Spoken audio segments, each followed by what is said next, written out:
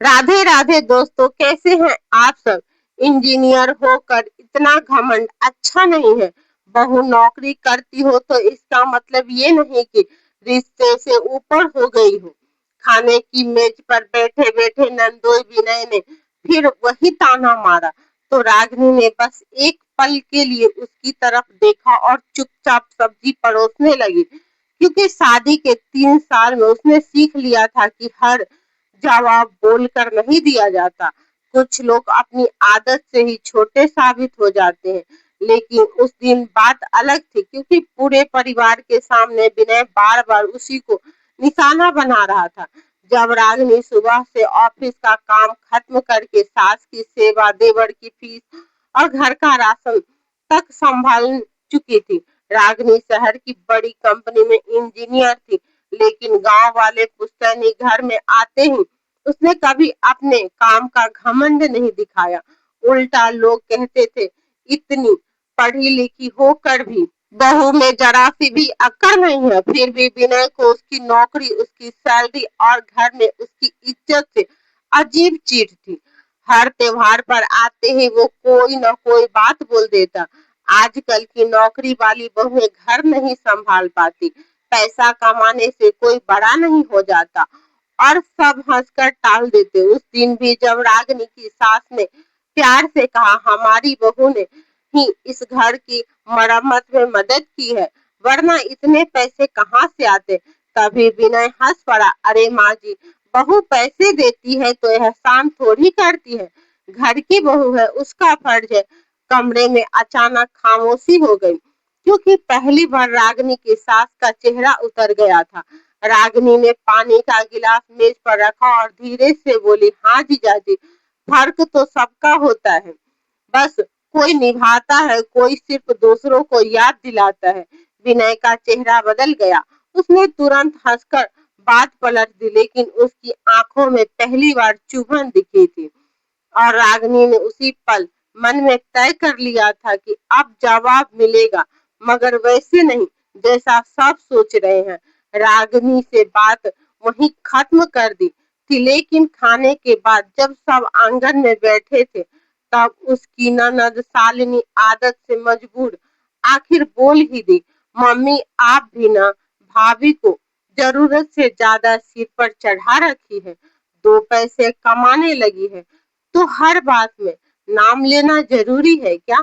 उसकी आवाज में वही पुरानी जलन थी, जो रागिनी शादी के पहले महीने से महसूस करती आ रही थी, क्योंकि शालिनी को कभी पसंद नहीं आया कि घर में उसकी राय से ज्यादा लोग बहू की बात सुनने लगे हैं। रागिनी ने हमेशा उसकी बातों को नजरअंदाज किया था, यहाँ तक कि जब शालिनी अपने बच्चों के सामने भी बोली, तुम्हारी मामी को बस नौकरी से मतलब है, तब भी रागिनी मुस्कुराकर निकल जाती। लेकिन सच ये था कि शालिनी को पता था, घर की दवाइयों से लेकर ससुर की चेकअप, घर का राशन तक कई खर्चे रागिनी बिना बताए उठाती थी। फिर भी उसने कभी माना नहीं। विनय को मौका मिल गया, वो कुर्सी पर पीछे होकर बोला, सही कह रही हो शालिनी, आजकल की बहुएं 2 पैसे क्या कमा ले, खुद को घर का मालिक समझने लगती है।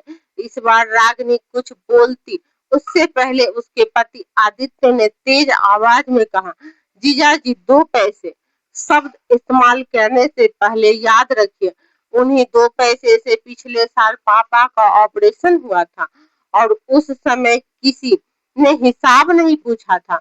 पूरा आंगन एकदम शांत हो गया, क्योंकि आदित्य हमेशा शांत रहने वाला आदमी था, घर के झगड़ों में कभी नहीं बोलता था। विनय हंसने की कोशिश करते हुए बोला, अरे मैंने तो मजाक किया, इतना क्यों चुप गया। आदित्य ने सीधा देखा, मजाक वो होता है जिस पर सब हंसे, जो हर बार एक ही इंसान को छोटा करे उसे आदत कहते हैं। शालिनी तुरंत भाई पर चढ़ गई, वाह भैया, अब बीवी के लिए बहन जीजा गलत लगने लगे हैं।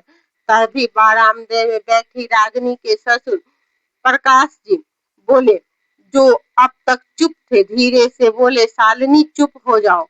उनकी आवाज कमजोर थी, लेकिन घर में आज भी सब रुक जाते थे।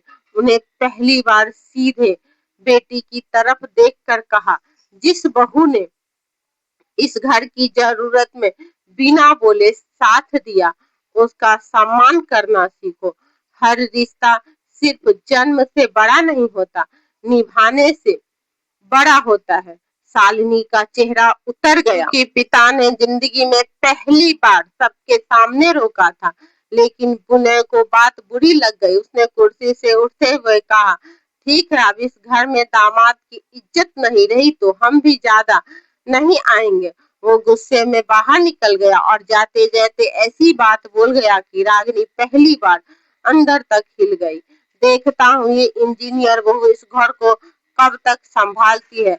उस रात रागिनी देर तक जागती रही, क्योंकि उसे एहसास हो गया था कि बात सिर्फ तानों तक नहीं रहेगी। और कुछ दिनों बाद जो हुआ उसने पूरे परिवार का चेहरा बदल दिया। उस रात के बाद घर ऊपर से सामान्य दिखता रहा, लेकिन रागिनी ने नोटिस किया कि शालिनी के फोन पहले से ज्यादा आने लगे हैं और हर कॉल के बाद सास का चेहरा परेशान हो जाता था।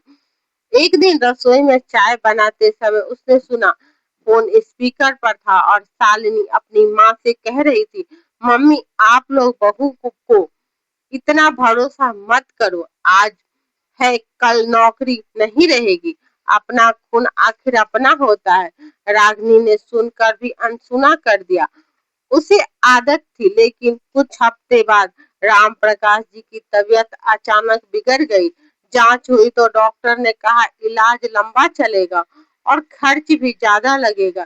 घर लौटते ही माहौल भारी हो गया। आदित्य की नौकरी ठीक थी, लेकिन जिम्मेदारियां ज्यादा थी, इसीलिए कुछ नहीं बच नहीं पाता था। सास रो रही थी, तभी शालिनी और विनय भी आ गए। खबर सुनते बैठते ही विनय ने लंबी सांस लेकर कहा, देखिए पापा के इलाज में जो जरूरी करेगा, लेकिन एक बात पहले साफ होनी चाहिए, गांव वाली जमीन का फैसला अब कर लेना चाहिए, बाद में झगड़ा अच्छा नहीं लगता। राम प्रकाश जी ने सिर उठाकर देखा।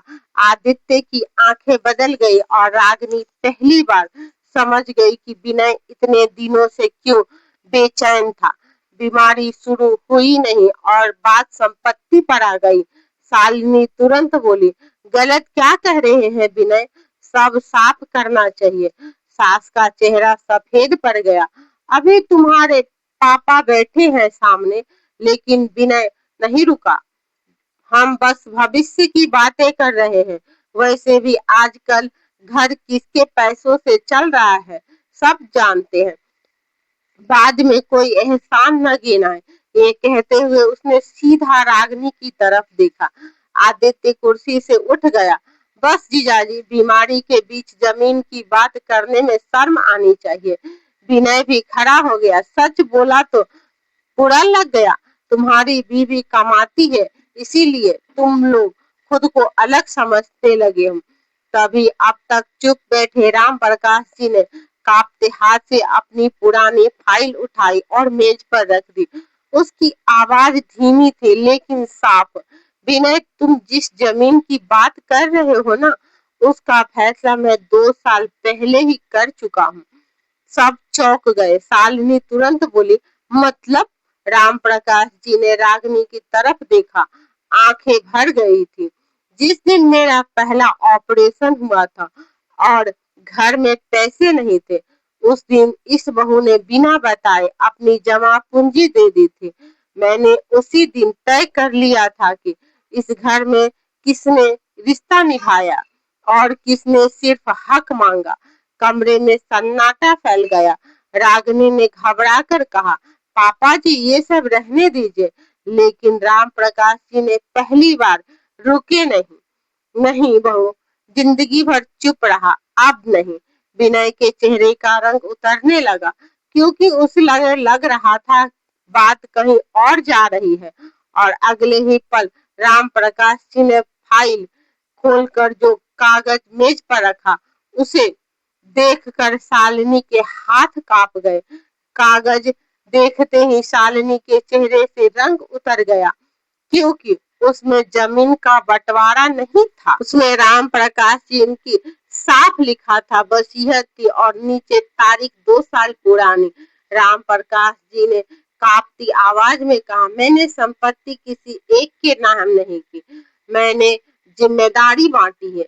ये घर आदित्य और रागनी संभालेंगे, लेकिन इसका मतलब मालिक होना नहीं है। इसका मतलब आखिरी सांस तक माँ की जिम्मेदारी उठाना है।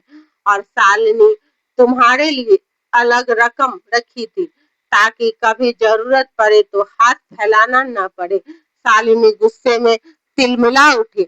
उसे शायद उम्मीद थी कि पिता सब बराबर लिखेंगे, लेकिन पहली बार उसे एहसास हुआ कि पिता ने संपत्ति नहीं, लोगों की नियत समझकर फैसला किया था। विनय तुरंत बोला, वाह पापा जी, मतलब दामाद पर भरोसा नहीं था आपको।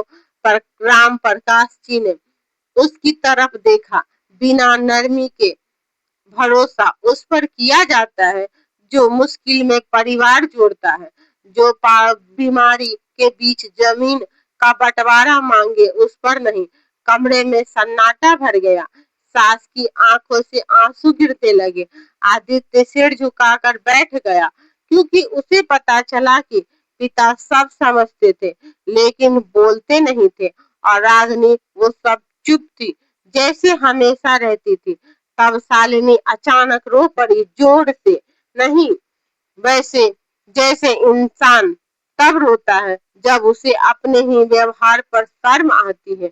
वो रागनी के पास आई, लेकिन नजर नहीं मिला पाई। धीरे से बोली, भाभी, मुझे लगता था आप सबको मुझसे दूर कर रही है, पर मैं खुद दूर हो गई थी। रागनी कुछ सेकंड उसे देखती रही, फिर बोली, रिश्ते जीतने से नहीं बचते, समझने से चल बचते हैं। विनय ने उस दिन कोई जवाब नहीं दिया, क्योंकि सबक बहस से नहीं मिलता। उसे उसकी औकात समझ आ गई थी। सबक उसे तब मिला जब उसने देखा जिस बहू को वो हर बार कम दिखाता था, उसी बहू ने बिना शोर किए उस घर को सालों से संभाल रखा था। उसके बाद विनय और शालिनी घर आते थे, लेकिन कभी रागनी की नौकरी, कमाई या इज्जत पर ताना नहीं मारा। और शालिनी वो त्योहारों पर आते समय सबसे पहले अपनी माँ से नहीं, अपनी भाभी से पूछती, भाभी, थक गई हो, बताइए क्या मदद कर दूं। राम प्रकाश जी अक्सर बरामदे में बैठकर मुस्कुराते थे, क्योंकि उनका घर टूटा नहीं, समय रहते संभल गया था। अब अगर कहानी दिल को छू गई हो तो लाइक, शेयर, सब्सक्राइब जरूर करें। चैनल पर नए हैं तो चैनल को सब्सक्राइब करना ना भूलें। और ऐसे ही नई नई कहानी सुनने के लिए हमारे चैनल को सब्सक्राइब जरूर करें। और फिर मिलते हैं ऐसे ही नई कहानी के साथ। धन्यवाद।